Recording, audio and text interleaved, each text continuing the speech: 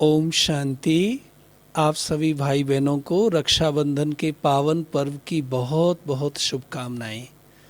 हम सभी जानते हैं भारत बहुत ही प्राचीन देश है और भारत की संस्कृति बहुत महान है और भारत में मनाए जाने वाला हर एक पर्व अपने गर्भ में बहुत सुंदर संदेश हमारे लिए लेकर के आता है। लेकिन जैसे जैसे समय बीता तो हम उस निहित संदेश को भूल गए और बाहर के जो आडंबर हैं, बाहर के जो रिचुअल्स हैं, उसमें हम लोग ज़्यादा चले गए। तो आज हम रक्षाबंधन के पावन पर्व का परमात्मा ने हमें क्या महत्व बताया है उसके बारे में हम थोड़ी चर्चा करेंगे। ये दो शब्दों से मिलकर बना है, एक है रक्षा और एक है बंधन। तो आज हमें ये जानने की ज़रूरत है कि रक्षा किसको चाहिए, किससे चाहिए और सर्वोच्च रक्षक कौन है। तो भाइयों बहनों, यही बताया जाता है इसमें कि आज हम सब आत्माओं को रक्षा की, सुरक्षा की, संरक्षण की ज़रूरत है। उसमें कोई भाई की बात, कोई बहन की बात नहीं है, महिलाओं की बात नहीं है, पुरुषों की बात नहीं है, लेकिन सर्व आत्माओं को आज रक्षा की ज़रूरत है। अब दूसरी बात आती है कि किससे रक्षा। तो ये भी विचारणीय है कि आज हमें विकारों से रक्षा की ज़रूरत है। इसलिए हम भारतीय दर्शन में कहते हैं काम क्रोध मद लोभ सब नाथ नरक के पंथ। ये जो 5 विकार हैं ये आत्मा को अवनति की ओर ले जा रहे हैं, आत्मा को अधोगति में ले जा रहे हैं। तो ये रक्षाबंधन का जो पर्व है ये हमें संदेश देता है कि यहाँ शरीर से भी पहले आत्माओं को रक्षा की ज़रूरत है। हार्डवेयर से पहले सॉफ्टवेयर को हमें प्रोटेक्ट करने की ज़रूरत है। और तीसरी महत्वपूर्ण बात है कि रक्षक कौन है, हुज सुप्रीम प्रोटेक्टर। तो हम यहाँ ब्रह्मा कुमारीज में कहते हैं परमात्मा, जिनको हम सर्वशक्तिवान कहते हैं, जिनको हम ऑल पावरफुल कहते हैं। तो केवल वो परमात्मा ही हम सर्व आत्माओं की रक्षा कर सकते हैं। अब जो दूसरा शब्द है रक्षा के बाद बंधन।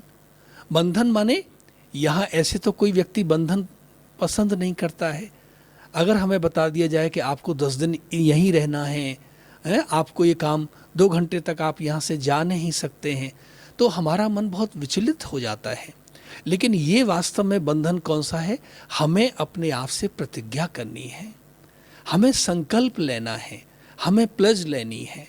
और वो प्लज कौन सी है कि जब हम पवित्र रहेंगे, जब हम पवित्रता का कंगन बांध लेंगे, जब हम पवित्रता का धागा बांध लेंगे संकल्प के रूप में, तो फिर हमें परमात्मा से सदैव रक्षा मिलती रहेगी।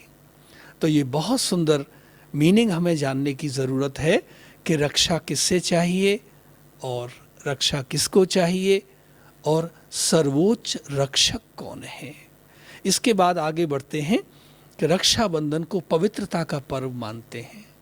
आजकल तो बहनें अपने भाइयों को राखी बांधती हैं, लेकिन यदि हम इतिहास में थोड़ा पीछे मुड़ करके देखें तो पहले ब्राह्मण अपने यजमानों को राखी बांधा करते थे। चाहे कोई बुजुर्ग, कोई युवा, कोई स्त्री, कोई पुरुष, वो सबके हाथ में वो पीले रंग का कलाया बांधा करते थे।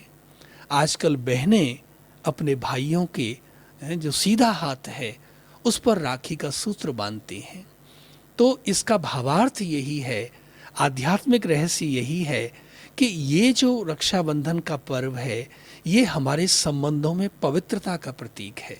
जैसे ब्राह्मण और यजमान का संबंध पवित्र है, there is a purity in relationship, ऐसे ही जो भाई बहन का संबंध है वो भी पवित्र है। तो जब हमारे संबंधों में शुचिता आ जाती है, पवित्रता आ जाती है, तभी कहते हैं पवित्रता सुख और शांति की जननी है। और आगे बढ़ते हैं, आप देखेंगे इस श्रावणी मास की पूर्णिमा के दिन ये पर्व मनाया जाता है। ऐसे तो भारत में सारे ही महीने बहुत विशेष हैं, लेकिन जो श्रावण का महीना है उसको शिव परमात्मा का महीना मानते हैं, उसको कल्याणकारी महीना मानते हैं, उस महीने को बहुत विशेष मानते हैं। तो ये रक्षाबंधन का पर्व श्रावण महीने में मनाया जाता है, माने ये सर्वोच्च पर्व है। यदि इस पर्व को सब त्योहारों का राजा कहें तो शायद अतिशयोक्ति नहीं होगी। और आगे कहते हैं कई बारी इस रक्षाबंधन के पर्व पर गाँव में अभी तक भी ये चलन है कि जो वृक्ष हैं उनको भी राखी बांधी जाती है। तो भाइयों बहनों, इसका आध्यात्मिक अर्थ क्या है कि हम प्रकृति का संरक्षण करें। आज हम देख रहे हैं कितना प्रदूषण हो गया है, आज हमारा जीना दूभर हो गया है।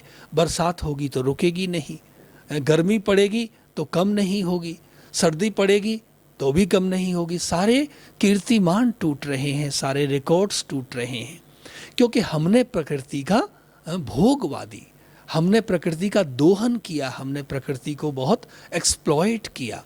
तो उसके कारण आज हमारा जीवन संकट में पड़ गया है। तो रक्षाबंधन के पर्व पर जो वृक्षों को, पौधों को राखी बांधने की परंपरा हमारी संस्कृति में है, माने इसका आध्यात्मिक रहस्य ये है कि हम प्रकृति संरक्षण करें। वसुधैव कुटुंबकम, तो ये सारी वसुधा जिसमें हम मानव भी हैं, जिसमें पशु भी हैं, पक्षी भी हैं, जिसमें नदियाँ भी हैं, जिसमें पर्वतमालाएं भी हैं, सब कुछ है, उस सब का संरक्षण करना हमारा परम धर्म है।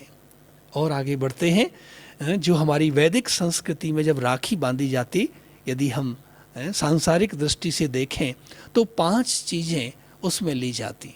सबसे पहली चीज़ है घास, जिसको दूब घास बोलते हैं, और दूसरी चीज़ उसमें अक्षत माने चावल, और तीसरा है केसर, और चौथा है चंदन, और 5वां है सरसों के दाने। कहते हैं इन 5 को लेकर के रेशम के वस्त्र में या तो गांठ बांध के या तो सिलाई करके बहनें अपने भाई की कलाई पर ये राखी को बांधा करते थे। तो हम देखेंगे इन 5 चीज़ों का बहुत ही गहरा आध्यात्मिक अर्थ है। हमारी भारत की संस्कृति बहुत ही वैज्ञानिक है, बहुत ही क्या कहेंगे, बहुत ही उसका अर्थ है। कोई भी चीज़ यहाँ बिना अर्थ के नहीं है। तो सबसे पहले जैसे दूब घास को हम लें तो ये घास की आप देखेंगे एक भी इसका अगर आप लगा देंगे तो वो तुरंत बहुत तेज़ी से फैल जाती है। तो आज रक्षाबंधन के पर्व पर हमारे लिए आध्यात्मिक संदेश ये है कि हम अपने अंदर जो अच्छाइयाँ हैं, जो गुण हैं, जो विशेषताएं हैं, अपने जीवन में उनको धारण करें, और जैसे दूब घास फैलती है हम वो दूसरों तक भी पहुँचाएँ। हम अपने जीवन से सबको संदेश दें। और कहते हैं जो दुर्वा है ये गणेश को बहुत प्रिय है। तो गणेश माने हमें अपने जीवन में विघ्न विनाशक बनना है, हमें विघ्न क्रिएट नहीं करने हैं, हमें व्यवधान उत्पन्न नहीं करने हैं, लेकिन कहीं व्यवधान है तो मुझे उसका समाधान करना है। और जो चावल है उसको कहते हैं अक्षत माने सदाकालिक। तो ये देह तो विनाशी है लेकिन आत्मा सदाकालिक है। तो जो चावल उसमें रखे जाते हैं माने उसका संदेश ये है कि हम देह की स्मृति में न रहकर हम आत्मिक स्मृति में रहें, क्योंकि आत्मा ही अक्षत है, बाकी देह तो शत विशत हो जाने वाला है। देह तो नश्वर है लेकिन आत्मा अनश्वर है। तो ये रक्षाबंधन का पर्व हमें संदेश देता है। और जो तीसरी चीज़ है केसर, तो केसर बहुत शक्तिवर्धक है, ताकत है, उसमें ऊर्जा है। तो भाइयों बहनों, जब हम परमात्मा से आत्माओं का मिलन होता है तो आत्मा सर्वशक्तिवान है, परमात्मा सर्वशक्तिवान है। तो परमात्मा से वो सारी शक्तियाँ हम आत्माओं को मिलती हैं और फिर हम आत्माएं भी मास्टर सर्वशक्तिवान बन जाती हैं।